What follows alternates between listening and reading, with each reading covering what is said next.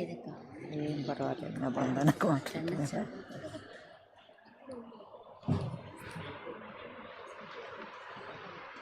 మాట్లాడలేని వాళ్ళు ఉంటారు, అయినా సరే మాట్లాడిస్తున్నారు. మాట్లాడాల్సిన పరిస్థితే. కానీ ఒక ఆదివాసీ మహిళను రాష్ట్రపతిగా పెట్టడం కూడా బీజేపీ ప్రభుత్వం కుట్ర అని నేను అనుకుంటున్నాను. ఆమెను అక్కడ పెట్టి మేము చాలా ఆదివాసీలను చాలా రక్షిస్తున్నామనే ఇంప్రెషన్ ఒకటి కలిగించి ఈ దాడులన్నీ చేస్తున్నారు.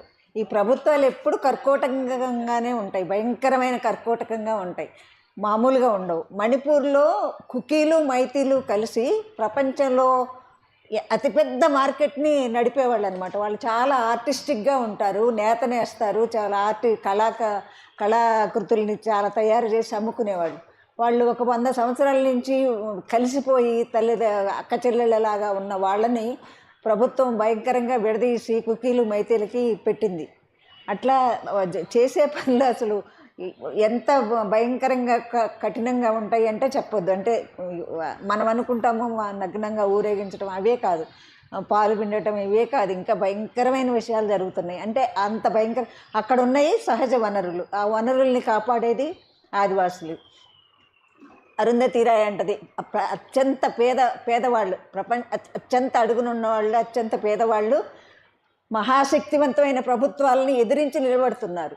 వాళ్ళ కోసం మనం ఏ రకంగా వాళ్ళని ప్రభుత్వాలను చికాకు పెట్టాలి. ఇప్పుడు చంద్రబాబు నాయుడిని కూడా మనం నువ్వు విత్డ్రా చేసుకోరా అని చెప్పి బాగా డిమాండ్ చేయాలి, అదొకటి ముఖ్యం. వాడు డిమాండ్ చేస్తే వీడు ప్రభుత్వం పడిపోద్ది. ఆ ప్రభుత్వం పడిపోయే పరిస్థితి ఉన్నా కానీ వాళ్ళు ఆగడాలు ఏమి, మోదీ షా ఆగడాలు అసలు ఆగడం లేదు. అభివృద్ధి అంటారు కానీ వాళ్ళ మీద ప్రేమ లేదు, సహజ వనరుల్ని దోచేయడానికే చేస్తున్నారు ఇదంతా.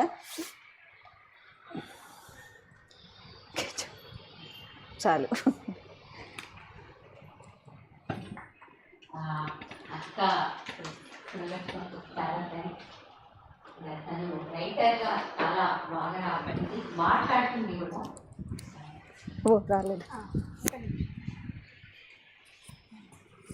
ఇప్పుడు POW నుంచి ఝాన్సీ వచ్చి మాట్లాడాల్సిందిగా కోరుతున్నాను.